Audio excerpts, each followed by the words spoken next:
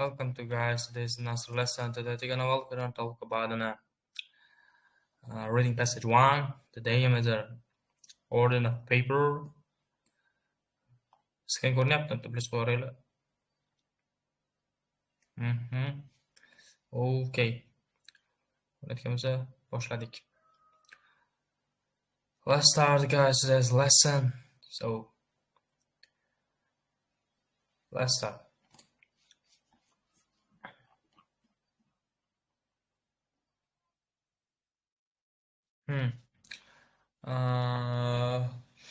First of all, we should look at the questions.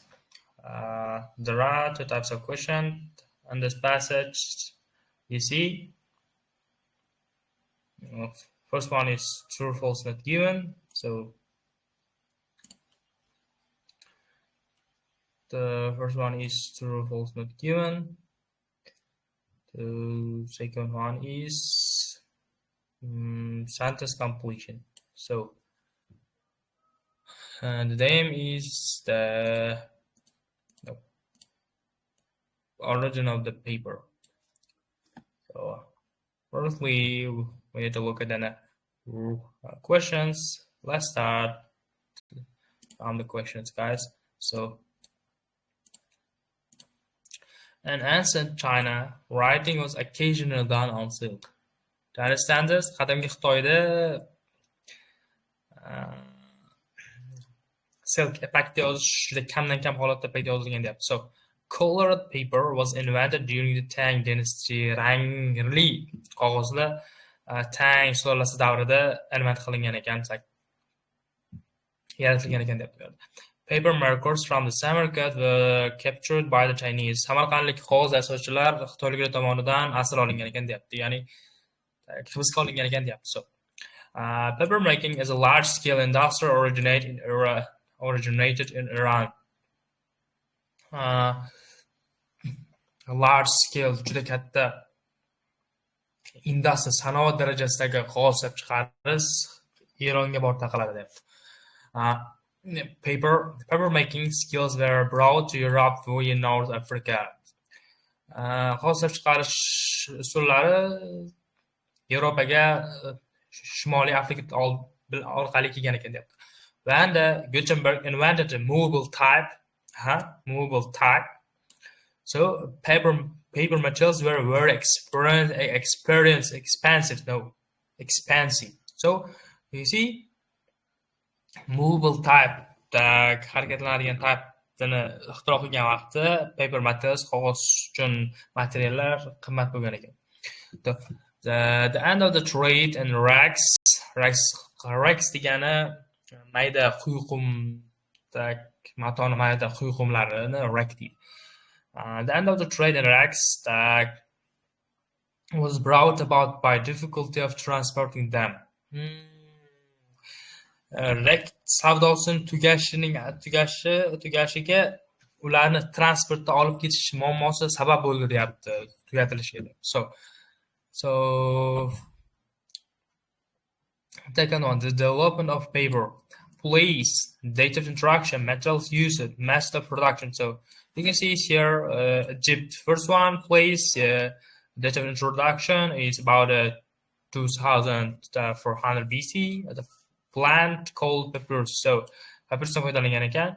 Method of production of the plant was softened and woven and pounded. So plant o'simlikning qaysidir qismi sovutdan yumshatilgan, suvda yumshatilgan, woven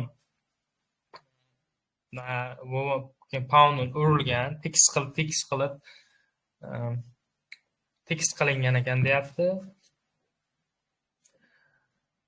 So qanaqa qismi shuni topamiz. And Europe, unknown, qachon topilgan nomi parchment degan shu material bo'lgan ekan, made from the skin animals such as hayvon terisidan yasalgan ekan shu narsa. Misol uchun deyapti, qaysi hayvon aytadi bu yerda. The skin was dried and shu teri quritilgan va yana nima qilingan ekan. China 105 AD, the metals used There of something of the mulberry tree and hemp regs. So mulberry tree degan tut daraxti va hemp regisni nimasi? Mulberry tree'ni tut daraxtining nimasi va hemp regislardan foydalanilgan ekan yasash uchun. Ingredients we mix it with water. Ingredientslar suvda aralashtirilgan, press qilgan, put outside and sun. Quyoshga qo'yib qo'yilgan ekan qurish uchun. So, yana qayerda? 751-yilda. Wax and hemp. So, wax is that zig'ir deyiladi, zig'ir. Mills are the tegirmon made of something we use it.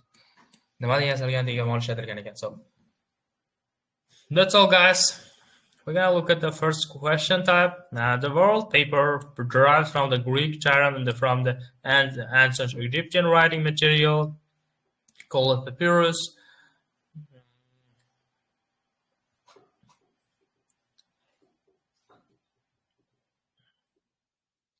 Qadimgi Misr yozuv uchun ishlatilgan material papyrusga qog'oz degan so'z grek termidan kelib chiqqan. And about 2400 BCE, the Egyptians discovered how to make a writing surface out of papyrus, a type of reed that grows along waterways in southern Europe and North Africa. The Egyptians cut the plants and the strips with the softened water. Papyrus was cross-woven into the mat. To'qilgan ekan, cross-woven, to'qilgan ekan, mat, ya'ni kichkinagina gilamcha, sholcha qilib shaklida to'qilgan ekan. And then pound into hard and sheet. Va urilgan ekan, hard qattiq ingichka sheet bo'lish uchun, qog'oz bo'lish uchun urilgan ekan. So strip bo'laklarga bo'lingan ekan va bu yerda deyapti bo'laklarga bo'lingan va o'sha bo'laklar suvda eritilgan, yumshatilgan deyapti. So is there strips? We need to write here strips. So strips said the hot papyrus was cross-woven into the mat and then pounded into the hard and sheet. As a papyrus plant requires subtropical conditions to grow, papyrus was not much used in Europe at the time. Instead, the main material used for writing is a parchment. So, there's something about and China write occasionally down silk. There's nothing about this China. So, we're gonna look at the next one. Subtropical conditions to grow. Papyrus was not much used in Europe at the time. Instead, the main material used for writing is parchment. Parchament ishlatilgan ekan, chunki papyrus o'sish uchun subtropical muhit kerak bo'lgan ekan, o'sish uchun, shuning uchun Yevropada uncha foydalanilmagan. And this made from the animal skin was extremely expensive. Hayvon terisidan bo'lgan ekan, juda qimmat bo'lgan ekan. In fact, faktga asoslangan, it has been estimated the single book written on parchment requires skins of 300 sheep. So, bitta kitob uchun taxminan bitta kitob yozish uchun, bitta kitob qilish uchun parchamentdan 300 ta sheep terisi kerak bo'lgan ekan. So, it's here we're gonna write here sheep. Okay.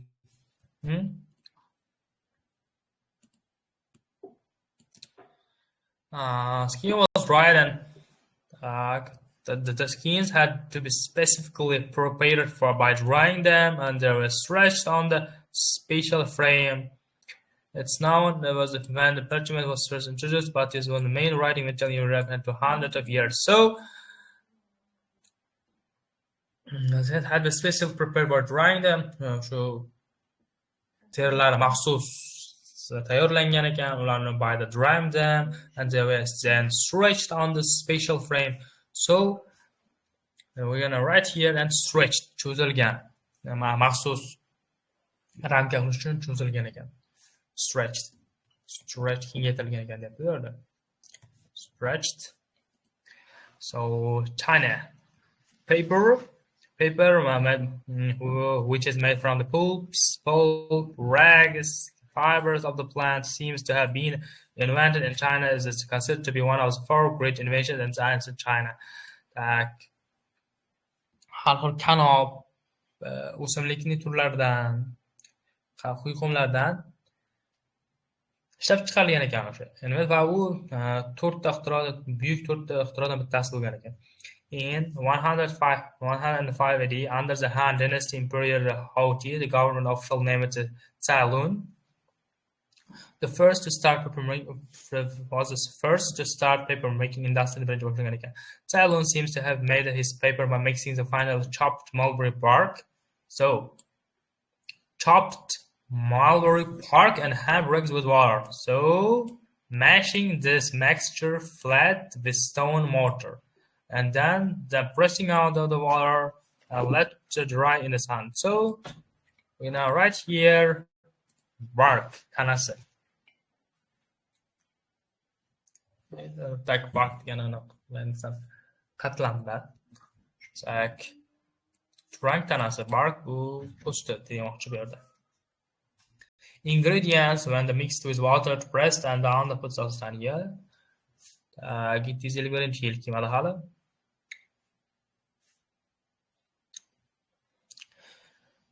So they made based on the idea of bark clothes, which is very common in China and also made from mulberry. Bark clothes ga asoslangan bo'lishi mumkin mana ideyasi debdi fikri, which is very juda Xitoyda juda common, juda keng tarqalgan ekan va u ham mulberrydan tayyorlanar ekan, ya'ni sut daraxtidan. Previously, Olden during the Shang 600 and 1050 BC and the Zhou dynasties of the ancient China, documents were originally written on the bone and bamboo on tablets or the bamboo strips sewn and rolled together into scrolls. So, seven strips, bamboo striplar bir-biriga tikilgan, yopishtirib tikilgan va o'ralgan, birgalikda o'ralgan. Making them very heavy, ular juda og'ir bo'lgan and awkward to transport. Noqulay bo'lgan uni toshib yurish uchun, ko'tarish juda og'ir bo'lgan ekan debdi. The light material, the material of the silk was sometimes used. Ba'zidagina ishlatadi, but was normally too expensive to consider. O'ylash, uni bir o'ylab ko'rish uchun ham juda qimmat bo'lgan, shunchaki darajada qimmat bo'lganki, uni ham bir o'ylab ko'rar ekan. So yeah, we have an answer the first question.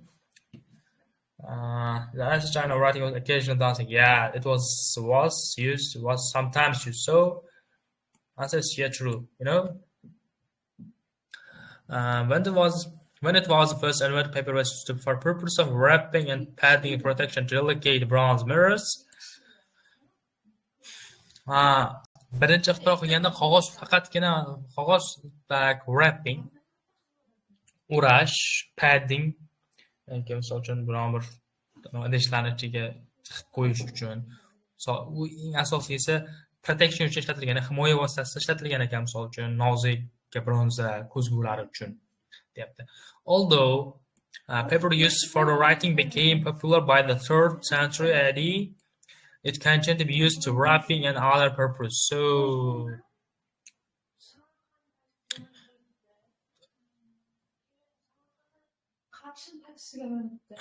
writing became popular by 3rd century. 30-asrgacha. Garchi 30-asrgacha foydalanilmagan bo'lsa, foydalanish mashhur bo'lmagan bo'lsa ham, u davom etgan ekan, deyapti. Boshqa maqsadlarda va bir delicate, vulnerable thingslarni protect qilish uchun ham ishlatilgan ekan, deyapti. During the Tang Dynasty, paper was folded and sewn in square bags to preserve the flavor of tea. During the same period, according to written account, tea was served from the baskets with multicolored paper cups and paper napkins, different sizes and shapes. So, during the Chinese Song dynasties, not only did the government produce the world's first known printed paper money or banknote, but paper money bestowed as a gift was wrapped in special paper envelopes. So, new word for you is bestow degani inom qilmoq, bermoq, gift as a gift taqdim qilmoq degan ma'noda anglatiladi. O'ralganda wrap degan o'ralgan deyapti, maxsus paper envelopes konvertlarda o'sha pullar. So cold paper was invented during the period. There is nothing, I think there's nothing in colored paper. There's nothing called is a multicolored paper cups that written here. There's nothing about that, so I choose it not given here. Not given. Paper makers from the Samarkand were captured by the Chinese. You know about this? I don't think though. Paper spread slowly outside of China. Qog'oz Xitoy tashqarida juda sekin tarqalgan deyapti. Other Asian cultures, even after seeing paper, qog'ozni ko'rishga qaramasdan ular o'zlari qila olmagan ekan deyapti. Could not make it themselves. Instruction of the manufacturing process was required, and the Chinese were reluctant to share their secrets. Uni ishlab chiqarish uchun instruksiya juda kerak bo'lgan ekan, shu o'rgatish kerak bo'lgan ekan, juda qiyin bo'lgan ekan deyapti. Burada the Chinese were reluctant to share their secrets. Ularni xohlashmagan ekan deyapti.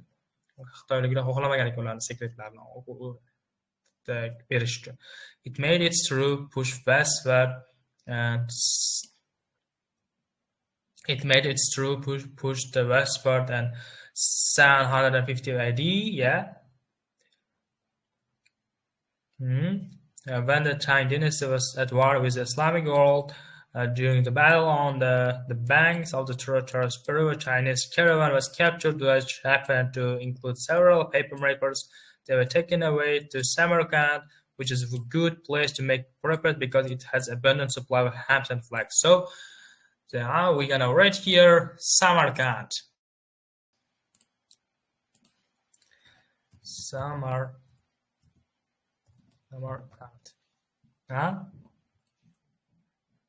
Flax and hams, mills made of.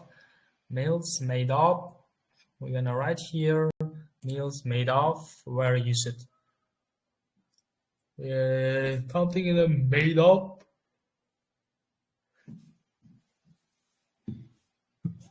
I don't. So.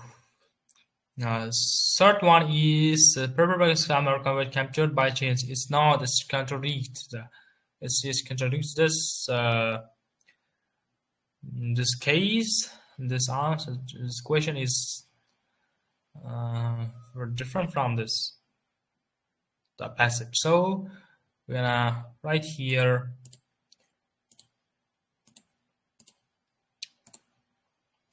Right here false because. Chinese were captured by Samarkand.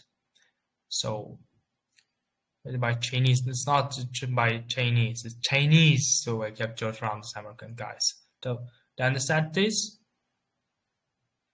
this country because we're gonna put here and this here. Paper making is a large-scale industry originated in Iran. Samarkanders changed the technology of manufacturing of paper. Yeah, they began to prepare it in the stone mills, and Samarkand became an important paper making center. So we're gonna write here in a stone. So you see, stone. So there's a rudimentary and laborious process of the papermaker was refined, and the book manufacturing paper began in Iran when they invented a method to make thicker sheet paper, which helped transfer papermaking from an art into the important business. So this here is synonym of the important business. I think we're gonna write here the large-scale industry. Artdan juda muhim biznesga o'zgartirib deyapti. Ular ixtiro qilgan metod. The rudimentary is ko'p mehnat talab boshlang'ich, juda oddiy usul va laborious ko'p mehnat talab qiladigan jarayon refine qilingan ekan. And bulk manufacturing paper began to juda katta miqdordagi qog'oz ishlab chiqarish boshlangan ekan Eronda. So ular artdan san'at asaridan uni muhim biznesga, yaxshi biznesga o'tkazgan ekan. So it's true. It's true, guys. It's true. 100% of truth here. We're gonna write here true. Paper was brought to Europe and via North Africa. To gradually made their way to further west throughout the Arab world to Baghdad, Damascus, and Cairo. Finally, when the Moors from the North Africa invaded Spain and Portugal, them brought the technology with them. So it was the paper making interest in Europe in 12th century. So his answer is here true because Maur tribes of Moors inhabited in the North Africa. So right here true. When the Gutenberg, there's nothing about, I don't think. Yeah, it's here. Jonas Gutenberg. And the preferred medium for the artist and literature at the same time would still be a smooth and luxurious parchment. Yevropada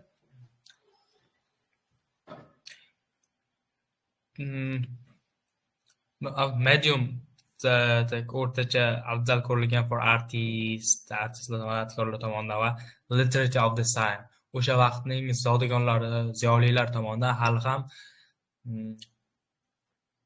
lustrous and smooth, silliq va lustrous rang yarqiraydigan parchament hali ham afzal ko'rilgan ekan deyapti.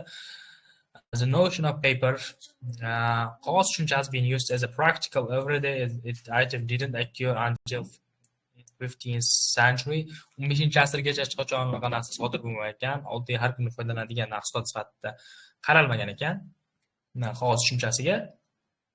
Then Jonas Gutenberg perfected a movable type of printing, printingni harakatlanadigan typini ixtiro qilmaguncha deyapti. Which is included use of metal molds and alloys as a special press and oil-based rings along with this mass production prints books. This breeds of this modern paper printing industry is commonly marked from this state. Zamonaviy qog'oz va print qilish industriyasi sanoati mana shu sanadan boshlangan ekan deyapti. So when the Gutenberg invented movable types, the paper matches were expensive. There's something about them expensive. The specialist is always the production of print books.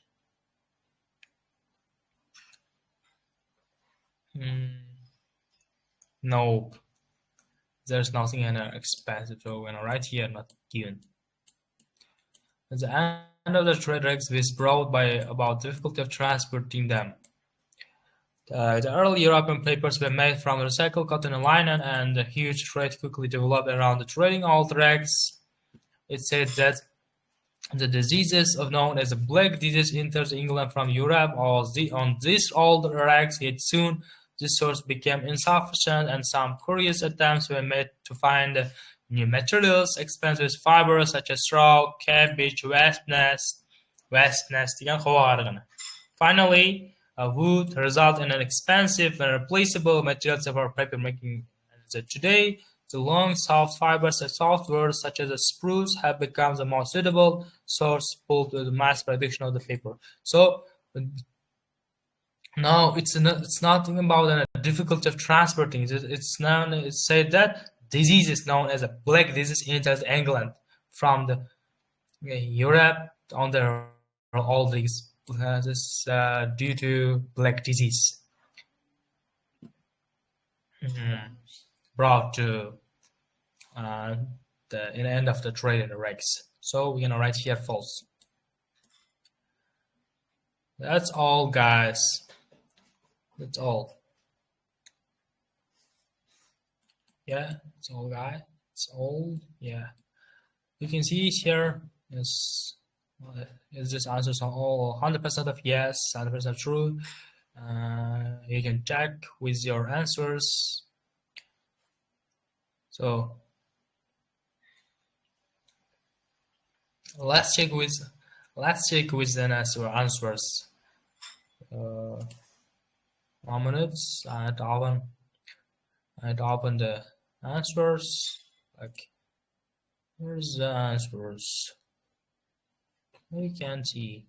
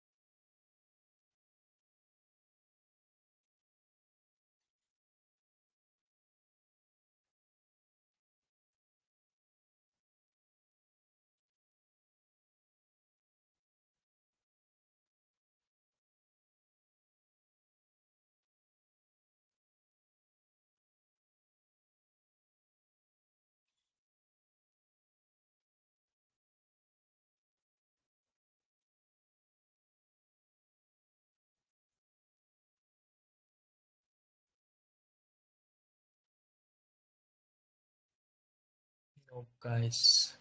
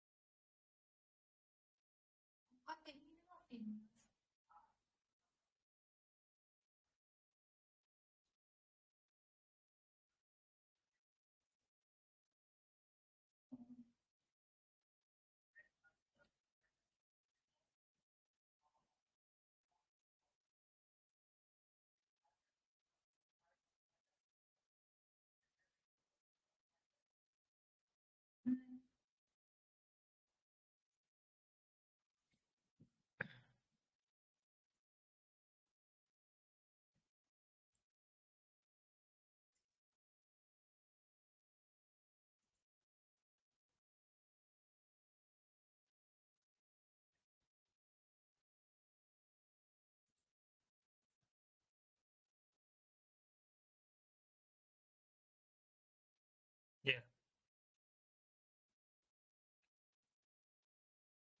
we can check. We can check.